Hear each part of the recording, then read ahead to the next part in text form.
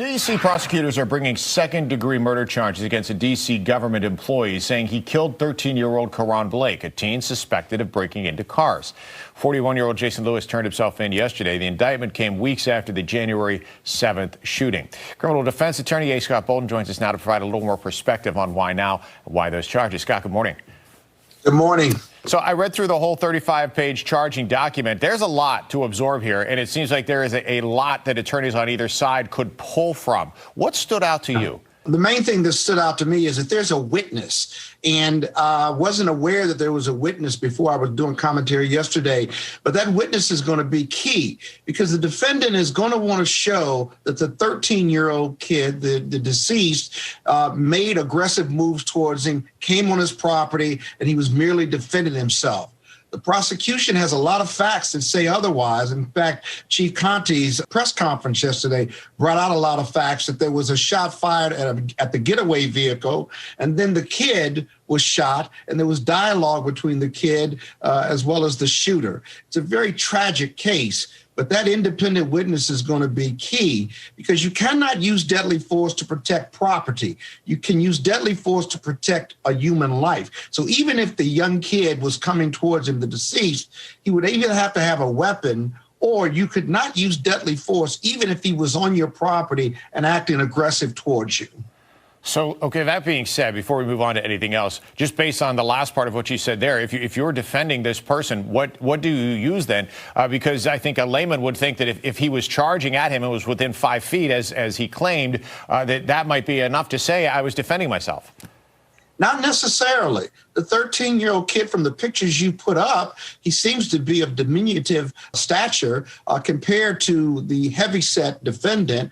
Two, was there a weapon involved, or did the shooter or the defendant see a weapon of any kind, whether it was a knife or a gun? Doesn't appear to be the case. And so then this is a fact-intensive inquiry, and the jury will certainly have a lot to say about the evidence that's presented to them. But it's not an open and shut case. Listen, vigilanteism is not legal under any circumstances. Defending the human life of others as yourself is certainly legal, whether you call it stand your ground or not.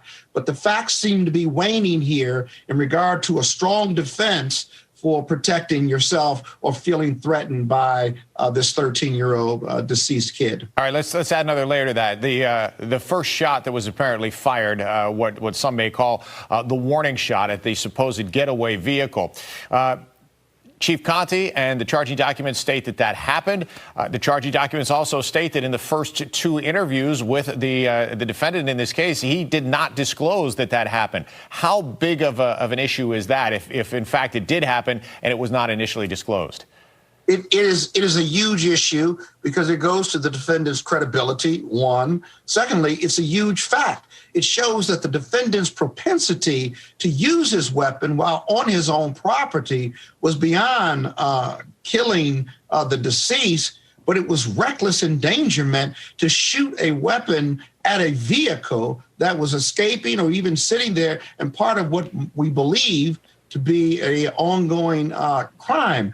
But it also shows the defendant didn't disclose that because he probably didn't believe there was a witness. This witness that the press has been describing, and it's in the papers, is going to be critical. I would suspect that witness may be one of the individuals that was in that vehicle or someone who was in the neighborhood, although it was 4 a.m. in the morning. So who could this witness be? So I think it's a good fact for the prosecution, a bad fact for the defendant. The defendant is probably going to have to come up with other facts and witnesses to rebut that, but it'll all play out in court. This jury would be really important. Exactly, Scott. We got to wrap things up. But I mean, based on what you know right now and your expertise in being around D.C. and cases like this in the past, do you think a second-degree murder charge sticks in this case? Might something lesser come in?